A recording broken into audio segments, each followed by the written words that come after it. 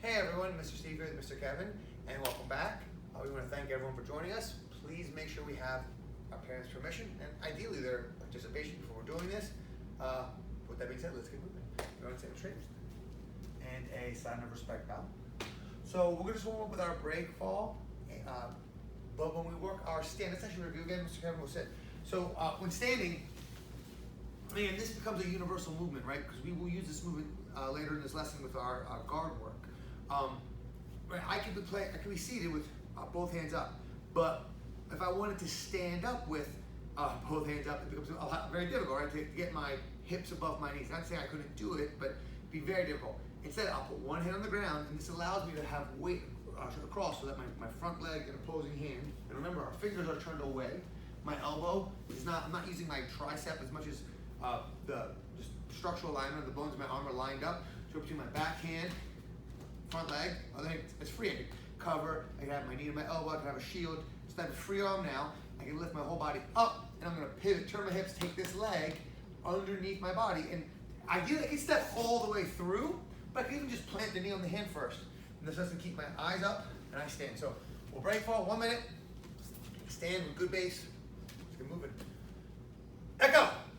Play.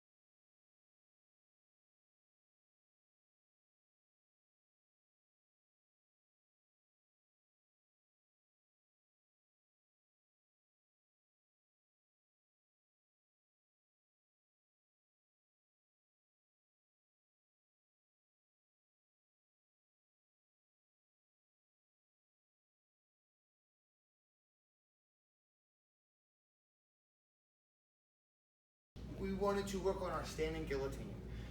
From a self-defense point of view, I'm generally not preemptively reaching or initiating with a guillotine as an attack.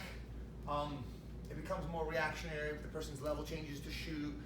We end up tying up, right, where I'm able to break someone's level down. It's a possibility. We end up clinching, and from that clinch, I'm able to get his head below my chest, right? His head goes to my armpit. My hand, my shoulder, my hip, my whole body will rotate, take his head forward to the side, and I'm pulling down the whole time. And I take his head under my armpit, I make a half fist so my fingers don't get caught in anything, and I dig underneath his chin. I go as close to his collarbone as possible. I don't want to be up high near his, over his chin, or even really at the chin. I want to be kind of closer to his body. As my hand goes as deep as I can get, if we turn, closer to him, right? See, as I pull my right hand off the back of his neck, my left hand's already here, as deep as it can go. I'm gonna put my, connect my hands. As I connect my hands, my right hand, my outside hand's grabbing the meat of my hand under the chin. I'm gonna put, make sure I connect. I pull my chest to his body tight. I will actually square up because the motion is not just the lifting up with the arms. My elbows go back, kind of opening my chest, and then my hips drive forward into his neck, right? When I drive my hips forward, my knees stay bent. We worked in here. From 1, 2, square. My hands are up high on my chest. I'm gonna pull up. As I roll my elbows back, I take my hips forward. And again, if there was more space between us, when I'm getting his head low, and I start to connect, you'll see me when I put my chin on his back to kind of seal everything tight at first. And again, I'll connect my hands. But now when I go to squeeze, my head will come off his back. And again, my feet might square up because it lets me drive my hips forward from the strongest position. Hands up, elbows back, hips forward. tapping as soon as you feel pressure. So let's just go through it. We'll do it for, not even a minute, 45 seconds. Just run through. Ideally, you're going to be, well, you don't need to be ambidextrous with this. I do like to work both sides.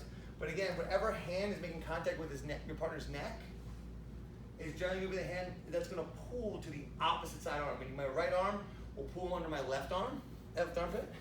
My left arm will pull under my right armpit. So whichever side you pick, it's fine if you want to do both. But to understand, we're generally going across the body, going to the same side. You lose control too often. Right? And go!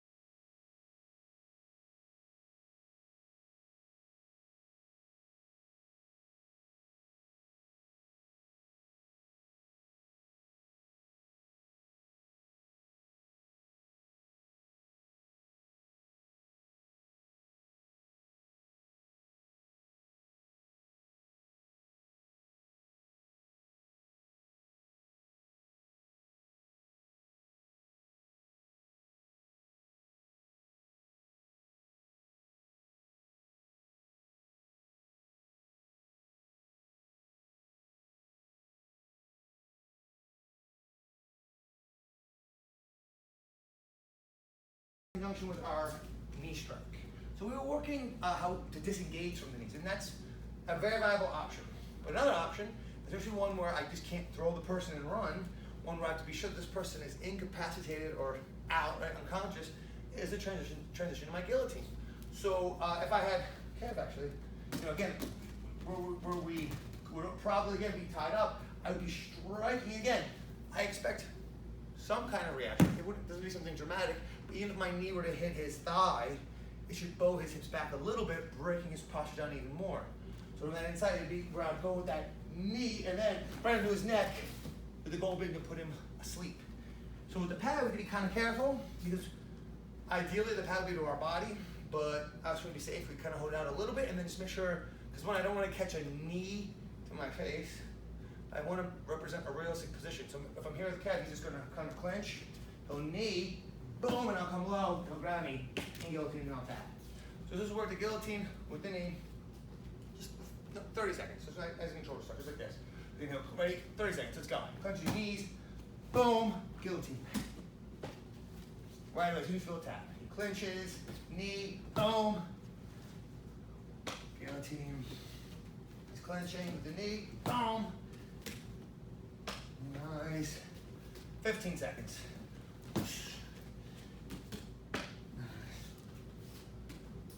Breathe. Good control.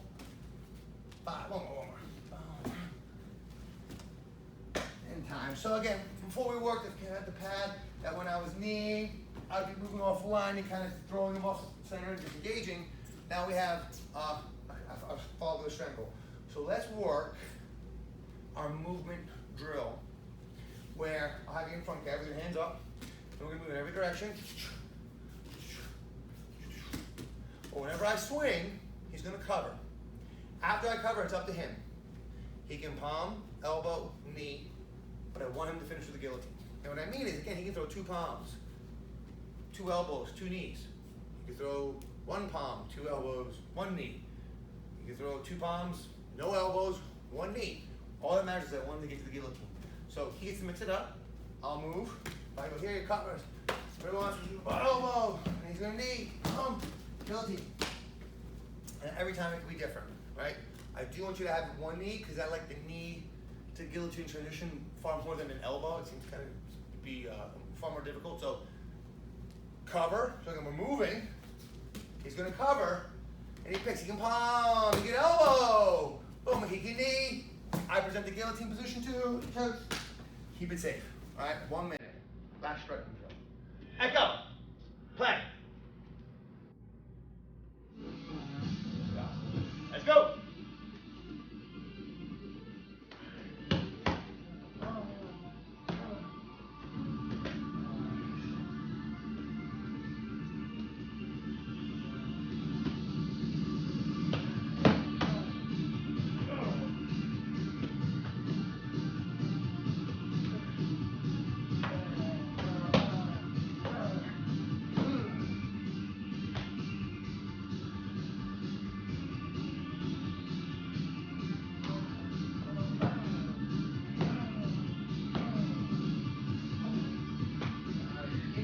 30. Here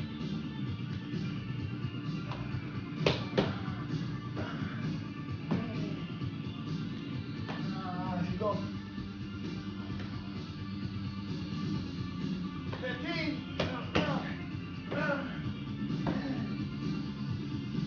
Keep moving, keep moving.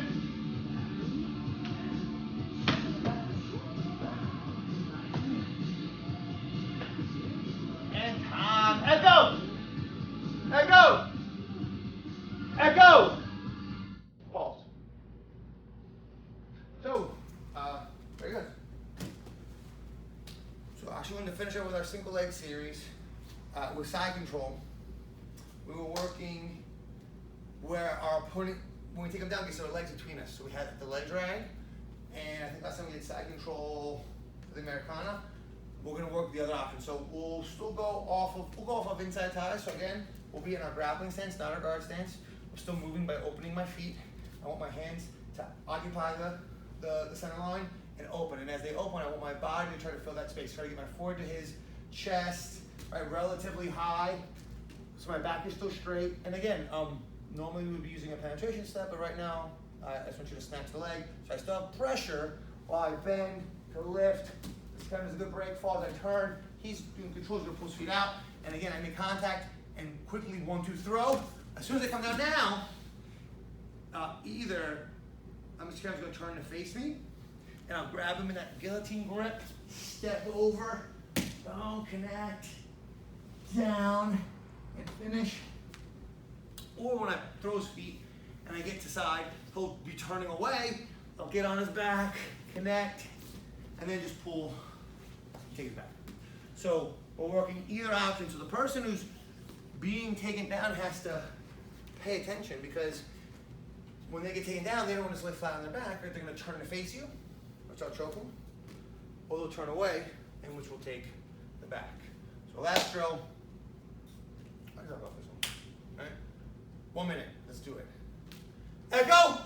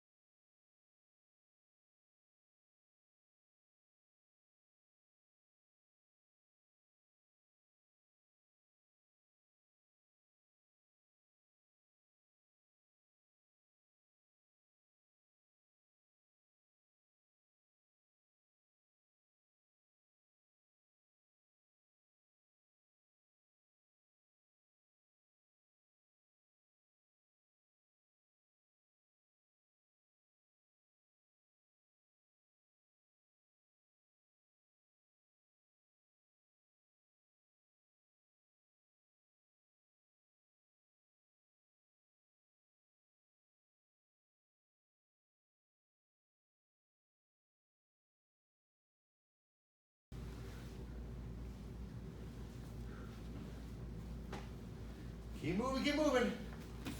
One more, one more. That's it, let's do it. Controlled.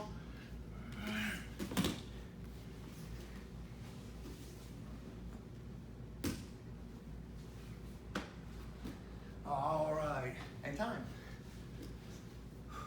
So, great work. We will come back in about a minute, and I should be working some card work, so see you guys then.